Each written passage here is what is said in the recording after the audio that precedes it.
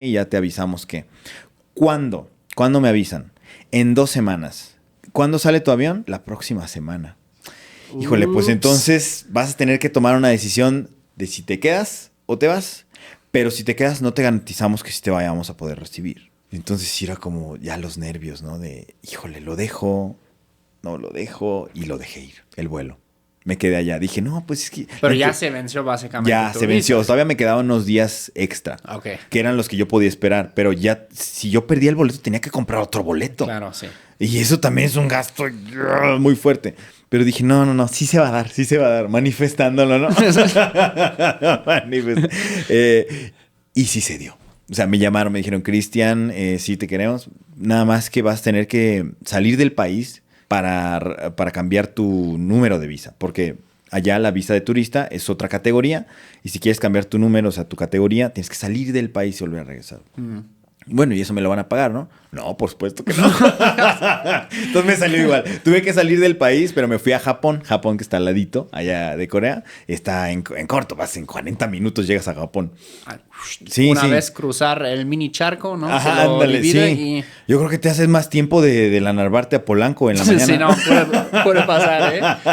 Más en hora pico, no manches.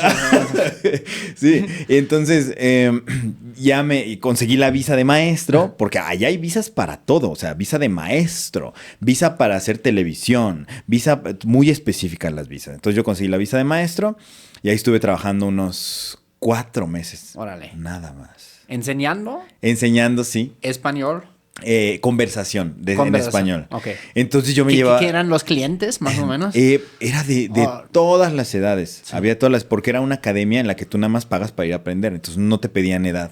No había edad límite. Entonces había niños, niñas que tenían curiosidad en el español. Estudiantes de preparatoria que les pedían un idioma extra. También había señoras y señores que habían viajado, no sé, a Cuba y que les interesaba así como aprender un poquito más, etcétera. Entonces era muy variado. Y pues mi clase era la misma, o sea, yo les ponía juegos. Porque como yo nunca he enseñado, yo no tengo ninguna... No sé si así se enseña, pero pues yo enseñaba... según yo enseñaba muy bien. Enseñaba con madre. Entonces, les hacía magia, les tocaba la guitarra y han de haber dicho, este pinche loco que estás... Así no se enseña español, pero pues funcionó. Tuve muy buenos reviews de los alumnos. Es que también una parte es como lo funcional, pero la otra parte es emocional, sí, entretener, sí. ¿no? Sí, vamos a jugar a que se declaran su amor uno al otro. Sí, club raro, ¿no? No, sí, pero no, estuvo muy, muy bonito. Fue una experiencia muy bonita también para mí porque me di cuenta de que a los coreanos también les interesa el español. Órale. Y como te mencioné, no sé si te acuerdas, que en Corea aprenden nada más el español de España. Fue una oportunidad muy buena para mí para poner también en el mapa de allá que el español latino existe. Pues sí. Ajá. Es más padre. Sí, no se los forzaba. O sea, yo les decía, existe el español de España, el español latino. Yo les voy a decir los dos.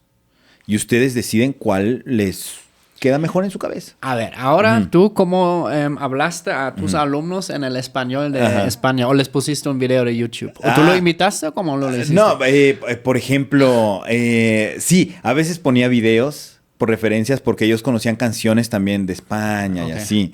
Y les decía, bueno, esta es una expresión más española, ¿no? Por ejemplo, más o menos en España dicen así, así. Así, así. Ajá.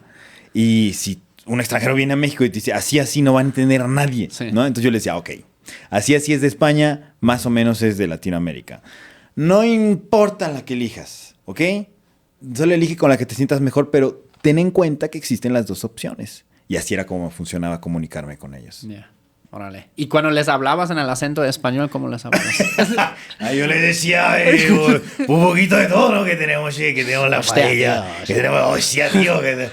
Yo tengo amigos españoles.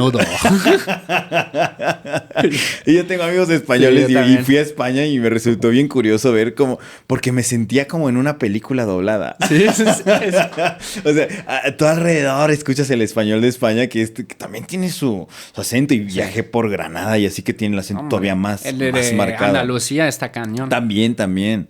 Y luego fui a Barcelona y todos hablando catalán. Sí, catalán. Sí. ¿Qué pasó aquí? Un momento. De eso también me tuve que acostumbrar luego, sí. ¿no? Porque ellos están muy apegados a su cultura. Yo siento que el español latino es de los más neutrales. O sea, si sí, tú aprendes... es más entendible, es más fácil, más accesible. Es como, por ejemplo, mi roomie en España, tardé 3 meses solo para entenderlo. Era de un pueblo de Navarra, tío. Hostia, tío, en la noche vamos a tomar una copa, ¿o qué? ¿Qué quiere este güey? La Casa de Papel.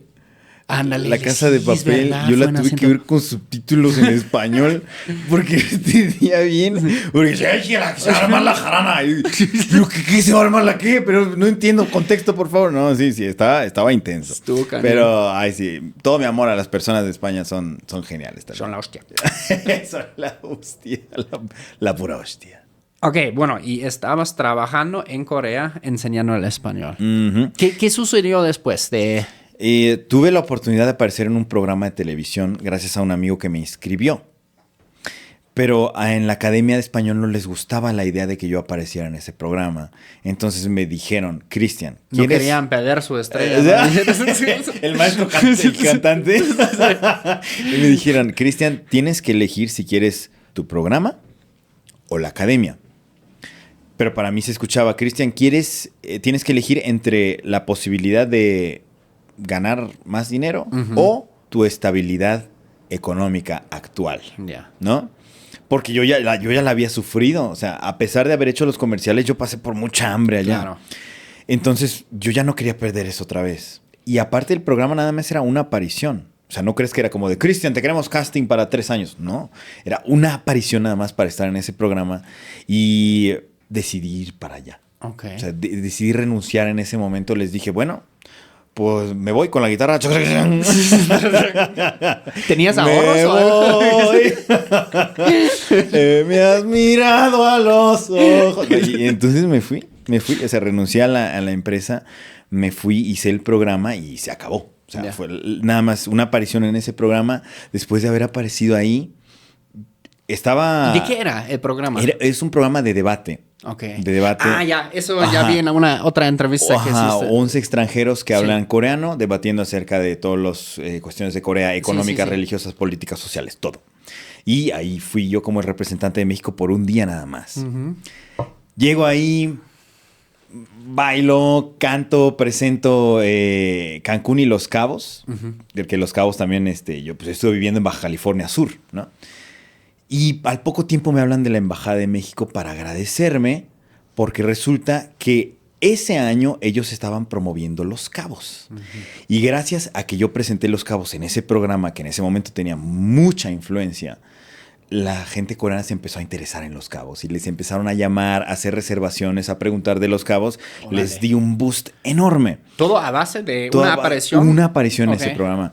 Y me dicen, Cristian, te queremos invitar a ser el conductor es un evento que hacemos a final de año en la Embajada de México, aquí en Corea. Y ahí van a venir, pues, empresarios. Van a venir, no sé, por decirte nombres de Aeroméxico, bla, bla, bla. Todos nuestros aliados. Y va a estar el embajador también.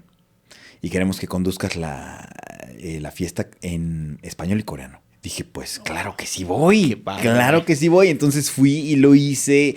Y saludé al embajador, saludé también a los empresarios, todos. Como que puse por primera vez en la embajada. Se dieron cuenta de que había un mexicano que hablaba coreano en Corea y que les podía servir como una herramienta para promocionar el país. Porque todas las embajadas tienen esa misión. Entonces empezamos a trabajar muy de la mano y es hasta la fecha que le tengo todo mi amor y agradecimiento a la Embajada de México en Corea porque me han tratado muy bien. Hemos trabajado mucho de la mano. Durante un tiempo estuvieron las oficinas de turismo también allí en Corea, nada más que las quitaron. Okay. Hace unos años las quitaron de todos los países y entonces seguimos trabajando juntos, eso sí. No hemos parado los eventos de la independencia. Ellos siempre me piden que lo dirija y pues ya está. Llega toda la comunidad de mexicanos ese día. Nos saludamos todos, cantamos, llevan mariachi. Es bello, es bello. ¿Y cómo reaccionan, por ejemplo, los coreanos cuando ven mariachis, digamos? Bueno, en un evento, ¿no? Lo más chistoso podría ser, no sé, como experimento social en la calle, no sé. Claro, o sea, yo he visto embajadores que vienen de otros países, ¿no? De Alemania, por ejemplo, también vienen y ven y les resulta muy ellos piensan que nuestra cultura es súper feliz. Porque todo el tiempo está, ¡ay, que de arriba! Y viene el mariachi gritando todo el tiempo y todo. Entonces, wow, la cultura mexicana es muy feliz. Y a los coreanos también les resulta muy choqueante esa parte. Porque es como, en Corea no es de estar gritando. Sí son muy patrióticos. O sea, su cultura es su cultura, la traen súper arraigada. Pero no se pueden a gritar tanto de ¡Viva México! No traen el sombrero en todos lados. Si van a otro país, no traen la playera de México, ¿sabes? Entonces, también les resulta muy chistoso ver cómo el patriotismo de un país puede llegar a tanto. Nos amarramos la bandera al momento de tomarnos una foto en otro país, ¿sabes? O sea, cosas que los coreanos no practican tanto. Sí. Nomás mira el desmadre que siempre echan los mexicanos en los mundiales, ¿no? Manches. Sí. Como bailando la chona, así, arriba de un coche. Y ya se viene lo bueno el próximo año. Ay, sí, se va a poner bueno. Ojalá. Pues mira, Alemania y México estuvieron estaría padre. Hablando. Sí, no, y aparte de todavía hay una cuenta abierta, ¿no? Entre Alemania y México. Sí. En el 2018 probamos el Chile nacional. Sí. Pero yo creo que esa vez voy a apoyar a México. Sí.